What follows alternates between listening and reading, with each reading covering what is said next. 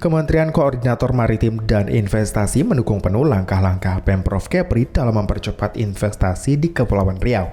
Gubernur Ansar Ahmad pun diminta berlari untuk mempercepat investasi di Kepri. Dukungan ini disampaikan oleh penasihat ahli Kementerian Koordinator Kemaritiman dan Investasi Marsetio saat mengunjungi Kepulauan Riau pada beberapa waktu lalu. Mantan Kepala Staf TNI Angkatan Laut ini mengapresiasi langkah-langkah Gubernur Kepulauan Riau Ansar Ahmad dalam mempercepat pemulihan ekonomi di Provinsi Kepulauan Riau.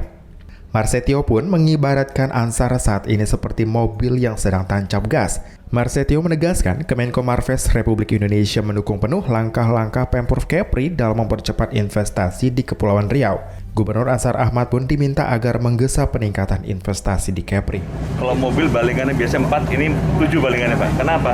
Beliau harus berlari dan stafnya pun harus ikut berlari untuk mempercepat investasi yang ada di Batam dan khususnya Kepri ini Pak. Jadi contohnya beliau hari libur pun, beliau saya diajak untuk sama-sama melihat bagaimana rencana investasi yang ada di Batam dan di Kepri ini. Jadi saya kira langkah-langkah beliau insya Allah kita akan dari pusat akan mendukung penuh sesuai dengan kemarin arahan Pak Menko Maritim pada waktu beliau Profesi ke Menko, Pak Luhut, saya juga menampingi beliau, dan intinya dari Pak Menko Maritim akan mendukung Pak.